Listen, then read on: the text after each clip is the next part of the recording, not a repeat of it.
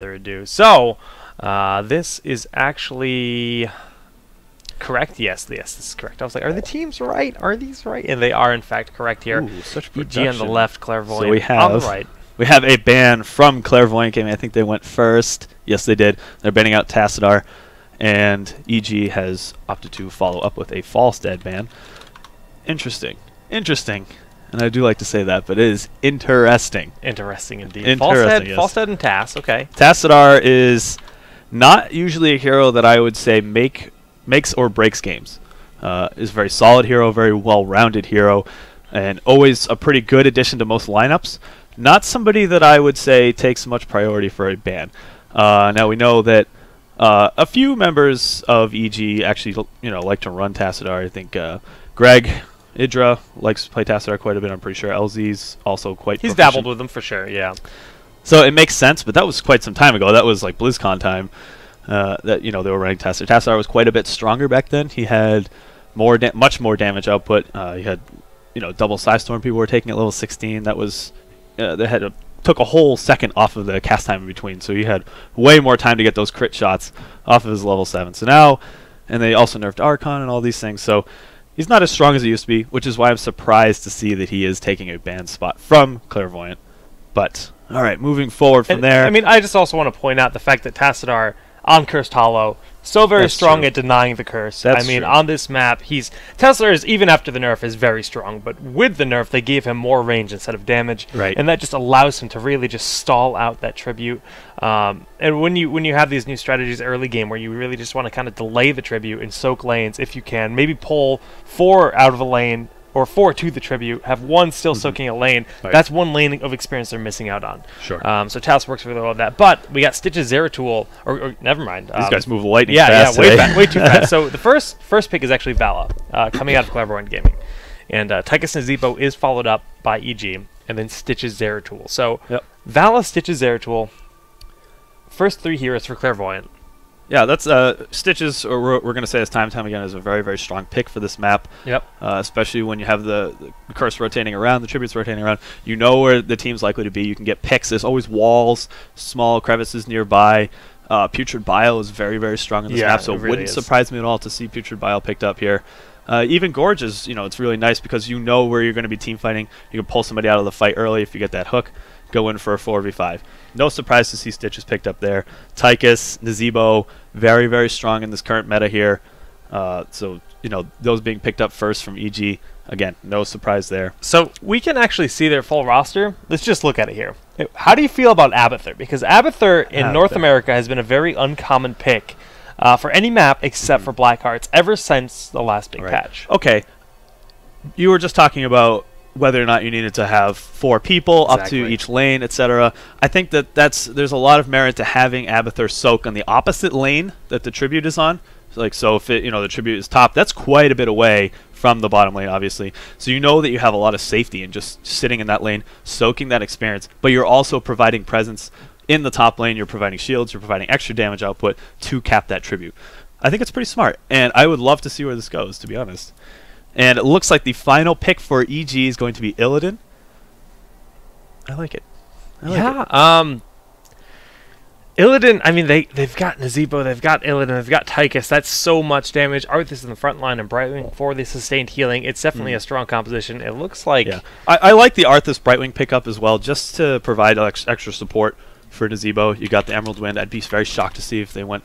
we are ready to go. Yes, we are ready to go, and we it. are going to go right on in into the first game here. You see the countdown. This is game 1. This is actually best of ones. Oh, that's right. Yeah, that's a good point. I know. That's a huge point. We got a scoreboard, but it's going to be empty all day until the finals. And but honestly, it's cool because it's single elim, best of ones. But it's a qualifier. This is the build-up for the bigger events. So you got to earn your spot. You got to prove that you can do or die in these situations.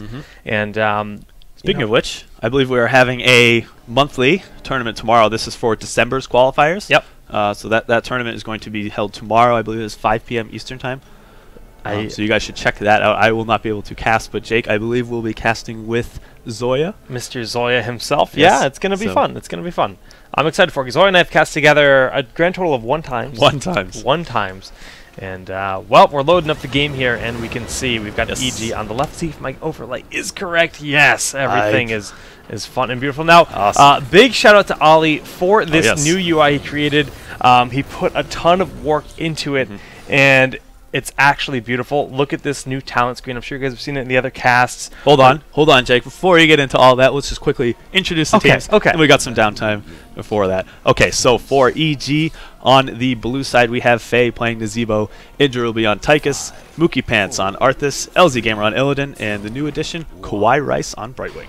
And on the other half of the map, we have Spanker playing as Abathur himself. Atlanta is going to be on Stitches over on Vala. It's going to be Clown, Uther played by Rusty, and Caterpillar will be on Zeratul. Kubi's Kitty is on my chair. I wish I could show you guys right now, but she is full-on parrot status. Now back to Ollie's UI while we wait for this game to kind of develop. You can actually pull up all the information right at the bottom here. It's built into the client, so the way I've always shown the heroics has been done with way too much hardware and kind of a lot of effort.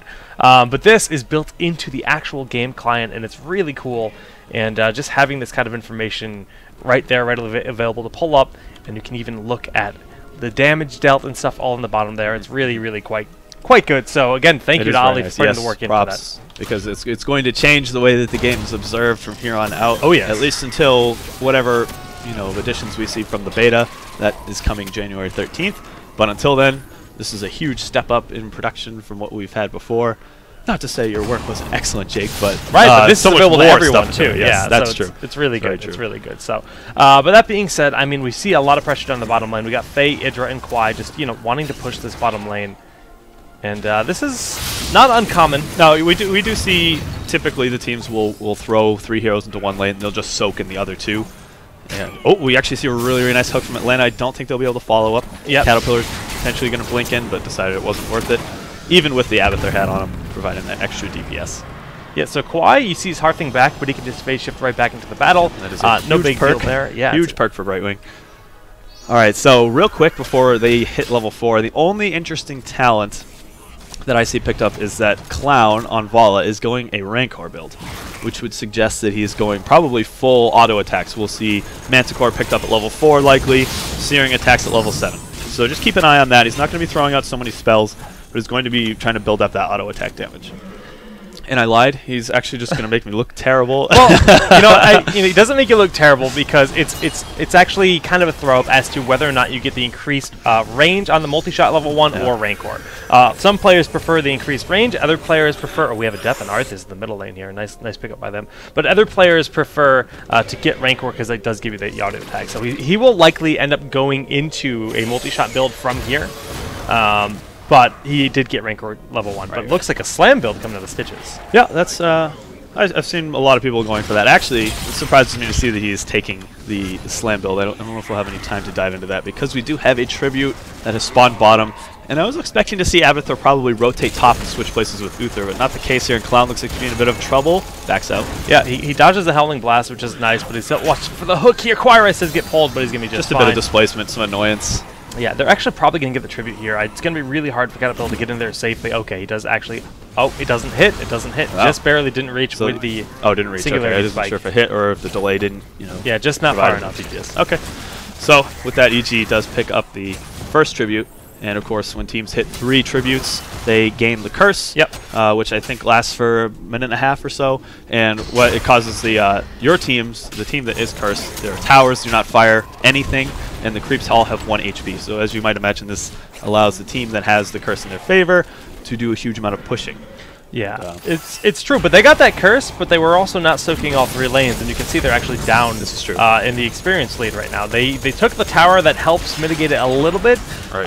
But Abathur now has Mule. They're going to try to sustain this the best they can, but with 3 pushing, and actually you can actually throw your grenade here as Tychus and the Arcane Flare with Brightwing to try to get that Mule. Right. So that's a good point, like you brought up. In terms of soaking, you're going to see teams, they're going to switch off a bit of strategy here in terms of do we keep 1 person in each lane to make sure we soak, or do we pull somebody out of one of the lanes just to make sure that we have the advantage for the tribute fight. Sometimes you'll just see 3v3 for the tribute fights. Might be the case here, but we do see Uther and Illidan rotating down. They're putting a bit of pressure on with that overkill. Now, Brightwing stayed as long as she could to soak that bottom lane, but she had to phase shift up here. Mookie Pants is very low, Caterpillar very low as well, but Mookie's going to be the first one to fall here, Uther getting the heal off on Caterpillar, and Clown is getting really beat up by LZ, but LZ does need to back up. Meanwhile, Faye is going to be able to cap this tribute, though, so 2-0 for EG. Considering that they lost a hero very early, they lost their tank, they were able to actually just sort of push out just enough to buy Faye enough time to channel that tribute. In the last patch, we did see a 1 second reduction in the channel time on the tribute from 7 seconds to 6 seconds. It makes a big difference. It does, and that's probably the big reason that we saw that was able to be channeled uncontested. They just didn't have the time to rotate down there. So they use Clairvoyant. They can see the Abathur. Abathur does, in fact, have to leave this lane. Like, he doesn't want to stay there. Stitches is there to peel. Once that gate's down, yeah, you got to consider. You got to take your life into your own hands there. You got to get out. Turns down his mule. Okay, actually, it's good that you brought up the Clairvoyance there. That was Nazebo. Faye opted to go for that talent at level 7. That's an unusual one. Typically, we'll see Nazebo's grabbing Gidbin, which is it's sort of an all-around buff ability for all your basic abilities. You know, your zombie wall lasts a little bit longer, your Plague of Toads reach a little bit further, do more damage, etc. So usually we'll see Nazebo's grab that, but I guess they feel as though having that extra vision is pretty important here. And, you know, it provides some of the insight. They know where Abathur is hiding. All right, so level 10 has been achieved here. And see if I can remember how to pull them up. Look yeah, at that. Look at those heroics. Just comes in on the side. And we do see Gorge coming out of Stitches. So that was one of the contention points that we were talking about. Perhaps Atlanta just feels, you know, just from a preference standpoint that he prefers Gorge. Yeah, wow, they're okay. This is fine. It's just sort of that they were behind. They didn't have their heroics going into that channel, so they just figured, you know, we'll just hang back. They're not in danger of grabbing the curse. So no sense in throwing any risk into this situation. Right. Just let them have it. They give it up, they grab their knights, and they know that they're going to be going for their giants, so EG is on their way here to this giant, but it's so, the boss, excuse me, but it's so very low, it's going to die so very quickly, and they're, oh my goodness, the Metamorphosis goes in with the Void Prison, but is the Void Prison enough to cap it? Yes, it is, so they do manage to keep it alive, but they almost got the steal there. Spanker is getting very low, he's definitely going to fall here, he has no chance of surviving. Atlanta is getting low as well, but he does manage to back on up. Rusty gonna die as well. Spanker lived? How did he do that? Just barely. How did he pull that off? It looked like he was dead. Yeah, he must have tapped well or just in time or something. Weren't able to catch that. Kawaii Rice is going Blink Heal. Not what I was expecting to see, mainly because the name of the game is built around Nazebo. You want to see that Ravenous Spirit get tons of value, get a lot of hits in. So it just kind of makes sense for me that you would take Emerald Wind to push people away if they're trying to dive over the rest of your team to get to the back line to grab Nazebo and interrupt that channel. Ooh, okay, we see an interesting Gorge here. Is EG going to be able to follow up to save Mookie Pants? Now Mookie is very low. You said he has Brightwing, he has Emerald Wind. Not Emerald Wind, he has Blink Heal, 3rd time's the charm, to keep him alive a little bit, but it doesn't really matter in the long run. LZ getting very low as well, but the Pulse is helping a bit. Faye gonna fall, but Atlanta has to back on up here, honestly. Yep. That was a pretty good Gorge. They actually ended up getting a 2-for-0 out of that. So it's always a decision. You have to make a snap call as a Stitches player. You get a nice hook on somebody. You have to immediately assess your surroundings to say, how close is the enemy team? Are they busy doing something else? If I Gorge this person, are we going to get dived on so that they can save their last member? And, you know, it turns out that was the right call to make in that situation. They were able to pull Nazebo out of the fight for just a bit. So, I mean, really, this has been an interesting game so far. We saw the attempt at a steal on the boss, and it showed up just a little bit too late. Void Prison ended up actually securing it for. It did, but I mean, the situation that I think it was LZ dived into with the Metamorphosis, he was able to stall it for just a second, but it was very likely that he was going to die without the Void Prison. It was sort of just a safety call there to make sure that they capped it. But as it stands, I mean, it's 2-2 in terms of the tributes. It did, in fact, go 2-0 in the start for EG, but EG is down a full level. So this is true. They had that early tribute lead, but did it get them anything? It actually did not. They're still behind. The kills are actually 4-1 in favor of Clairvoyant. And they're actually down a talent, which is important for this fight. It is incredibly important, but Rusty's getting low. They're going hard on him. The Rain of Vengeance comes down, but gets nothing. Metamorphosis is used as soon as Divine Storm comes out. Void Prison hitting 3 members of EG, and Faye is going to just get obliterated instantly. Nicely done by Atlanta. Very, really nice Void Prison there to zone out some of EG while they finished up that kill on Nazebo. And that pulls out a lot of their damage potential for this fight. Wow, LZ is so low right now. Idra, how much else? He is quite a bit under that. Odin, But is it enough? Oh my goodness! He has blink heal. You see Idra moving forward. Really, really nice call from Idra there. He moves forward right to get within the range of blink heal so the Kawaii Rice can get out of there. Caterpillar going. He throws his singularity spike at Mookie Pants and not Kawaii Rice. I don't know if that was his intent. This is going to be a curse for Clairvoyant here. Yeah, yeah. There's nothing Niji can do. I mean, they had some. They all stayed. Oh, no, excuse me. LZ died. He was very low. He backed up, but Zeratul must have caught him. Okay, so let's. We have to sort of take a step back here and look at what is Clairvoyant's strategy going to be moving in here. Idra very, very low. Looks like the blink heal did save him First aid in the end, yeah. A combination of the two. So are they going to throw all 5 people into one lane, and we're just going to see a fight, and if Clairvoyant picks up a couple kills. Oh, Idra getting really, really low. It's a pretty nice hook. Leonard's been getting some good hooks this game, yeah, he really has. The hooks are making a big difference in this entire match. And just the range damage up what they have with Zeratul cleaning up pretty much whatever's left over. But like you said, I mean, I don't know what they should do. I mean, you can see EG, they're aggressively attacking them. Yeah, they sit in the middle lane. This is a very, very nice way to... The zombie wall and the Ravenous Spirit doing so much work. Atlanta is going to fall, so is Vala. And Rusty, very, very low. Will he live here? Yes, he's going to be just fine. That's what they needed. Yeah, that's a cool strategy to do against the curse in a situation if you're feeling confident, like, okay, we can take a team fight. We know we have X number of heroics over the other team. Why don't we just push out and just get very aggressive with a fight, force them to defend. Even if the fight trades or goes very slightly in their favor, they might have spent so much time of their curse trying to just deal with this team fight that they don't get as much advantage out of it as they wanted to. And that's almost exactly what happened. I think probably they were able to lose the bottom fort to the minions that were pushing forward, but they didn't lose that much in that curse. And now they're backing up and taking their giants because they know they have a hero lead at the moment. Yeah, well, Caterpillar is scouting this out, but no one else is here to assist him. So even though he's there, EG might say, hey, we have to back up, but as they see him continuing to run away, they know they're safe. So nicely done by Mookie, zoning him out. And looking at the talents here, I mean, everything's pretty standard. Brightwing going for the rewind, going for the... Actually, in Venom, that's something we didn't... Did we point that out earlier? I don't remember pointing that out, but that's actually very rare. He got Blink Heal, or... You got Blink Heal and Envenom, so pretty those two sort of swap each other out, because you'll typically see Brightwings take Protective Shield in that situation. He knows he's going to go Blink Heal later on, so that sort of balances out that. Yeah, it's cool though. It's definitely like not the norm here for NA at least. Nazebo, completely standard stuff here. The Clairvoyance is the only interesting talent. Right. And same thing for our Abathur, very standard stuff as well. Yeah, only odd talent, or maybe it's not. Oh my goodness, the Ravenous Spirit coming down immediately.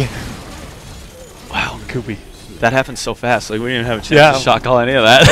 we just kind of like saw them. Whoa, all right, people are dead. And there goes Idra as well. Okay, so that's 4 people down for 30 seconds. They're going to get a lot done with this push here, especially when you have some kind of split push capability coming out of Abathur. Not for the moment now because he's copied, obviously, but as soon as he's out of that, he's going to have Toxic Nest. Oh, that hook would have... Oh, that would have been almost... Atlanta is on point. Yeah, he's getting some very, very nice hooks. And I actually like that. If you're feeling confident about your hooks and your ability to land, why not grab Gorge?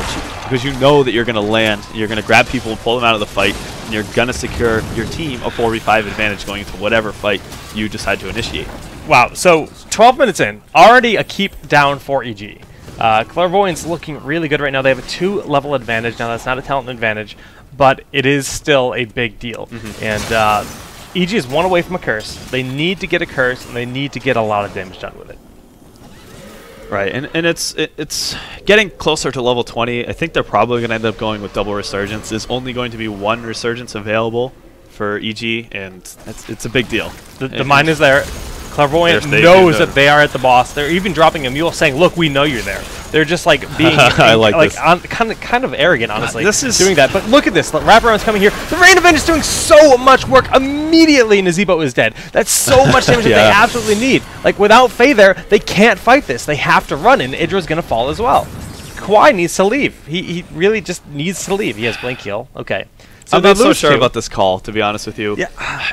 They knew that Void Prison was down for just a little bit, but they only needed to stall for like 15 seconds. And if they attempted to cap this and then Void Prison goes in and they just steal it right away, like they were in no position to grab that. And it's on the enemy side. I'm not so sure about that call. Like it was probably a gamble on their side. Like, all right, we're a little bit behind. We need to take some kind of desperate measures to get back into this game. But they weren't even positioned yet. The rotation was there so quick. They saw that they were seen. Yeah, I think once they saw that the mine was there, they knew they probably should have just left. I think there was really no way that could end well for EG, in my opinion. Well, it ended up being a tribute, 2 kills, and a boss in favor of Clairvoyant. Yeah, tribute count is 4-2 at this point, with 1 curse obviously going to Clairvoyant already. And look at this, they know they're in position. They can, wow, if that had hit. And he has Gorge ready. No, he does not, I'm sorry. Yeah, there's another 10 seconds on Gorge. But even still, with the slam going down and then all that DPS backing up behind him, it would not have been a good day for Illidan. Well, we can see the blue Clairvoyants. They definitely see that the Knights are being picked up, and they are in fact picked up for Clairvoyant Gaming. That's confusing saying that Clairvoyant was used by a team that's not Clairvoyants. But, you know, they're just going to push this bottom lane down. They have... Yeah, they're almost 20. You can see the Avathur's just sitting top lane, throwing down those toxic nests that puts down 3 of his trait locusts, which over time with the exploding locusts, you know, that provides a ton of push power. And you can't ignore it. And it's soaked, too. It's not even just push power. Right. They're getting the experience in that top lane. They're pushing further and further ahead. They're going to hit 20 and have those 20 talents in just a second here, especially soaking 2 lanes. Right. But they're going in immediately. We see the Rain of Vengeance come down from Clown once again here. A lot of damage, but Idra's Odin falls so very quickly, and Divine Storm just eliminates him, securing the kill. Right there. Yeah. It's with Illidan and Tychus down. I actually don't know. I mean, from like level 7 onward, this game has been all Clairvoyant gaming. Yeah.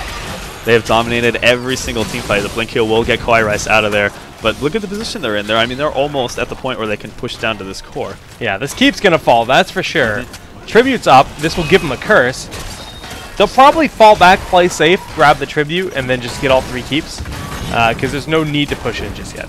Clairvoyant's feeling particularly ambitious. They grabbed... I said that they were going to grab 2 Resurgence. They decided to go with upgraded Divine Storm, which increases the radius by quite a bit.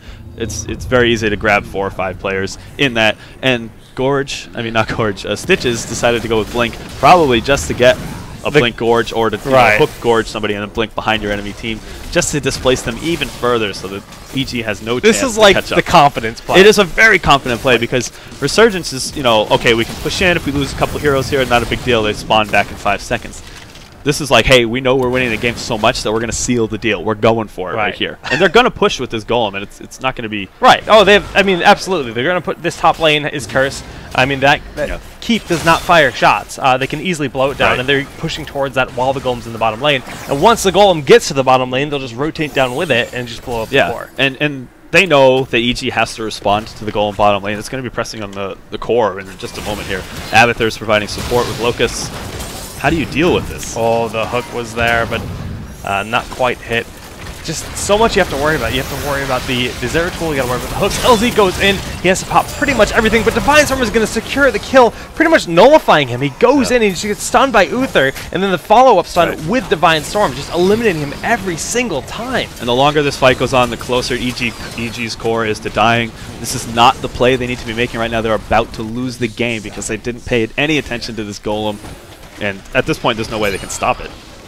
No, it's pretty much GG from here. We're going to see them just rotate down. Are they going to get the experience here? Yes, to get the 1300 experience. Level up them accounts from them custom games with no XP. And the Golem gets 2 big stomps, and that's going to end the game. Yeah. You can't ignore those Golems. And that's exactly what Clairvoyant was planning on in that situation. They said, okay, we know that the Golem's going to be pushing down bottom. EG has to respond to this. And if they don't respond to it, then they're just going to lose, which is exactly what we saw happening there. If they try to take a team fight, we take a very passive team fight. We back up a little bit, stuns, hooks here and there, but we basically back up, don't commit too hard, because if we can just keep them occupied for 15 seconds, we're going to win the game. And that's exactly what happened right there. It was a game that looked really solid on EG at the start. They got those 2 tributes, but they were a little bit behind in experience. Yeah. About a level behind almost immediately because that Abathur actually consistently soaking the lanes and just Clairvoyant having better soak in general. And like you said, it just level 7 hit, and they had that advantage, and they maintained that advantage. Yeah, they did a very, very good job. Every team fight just seemed to be going in Clairvoyant's favor. There were some questionable calls out made. You know, I don't really like them going for the Golem on Clairvoyant's side of the map, especially when the vision was there and they were behind. Like you said, it was a gamble. It was like kind of like, oh, we need to get back into the game here kind of play. There's risky plays, and then there are plays that's like, yeah, if we get this, we're going to be at a huge advantage, but the odds of us actually getting away with this is like 5% or something like, you know what I mean? Clairvoyant knows their stuff. They're not going to let that go by. And I mean, they responded appropriately. They won the team fight there, and they just rode that out to victory. So, well, congratulations to Clairvoyant. They'll be moving on to round number 2 in this week's Go4Heroes America Cup qualifier. This is the first qualifier of the January set of cups. And we'll take a look at the bracket here and see what we have for. And if you're in the chat, if you type !bracket, you can look at it yourself. Yes. We'll give you the link real quick. But we can actually see that Glorious advanced over Flame Cannon. Never heard of Flame Cannon. It's a great name. It's a great card in Hearthstone, too. And so we can see that is, in fact, going to be the next match for Clairvoyant. I think we'll be casting that game. So I'm going to actually... we'll have to go consult with the rest of the casters to see who's grabbing what, but I think we'll take this opportunity to go for a quick commercial break, and when we're back, we'll let you guys know exactly what match we're going to be casting. All right, guys. Stick around. Yep, stay tuned.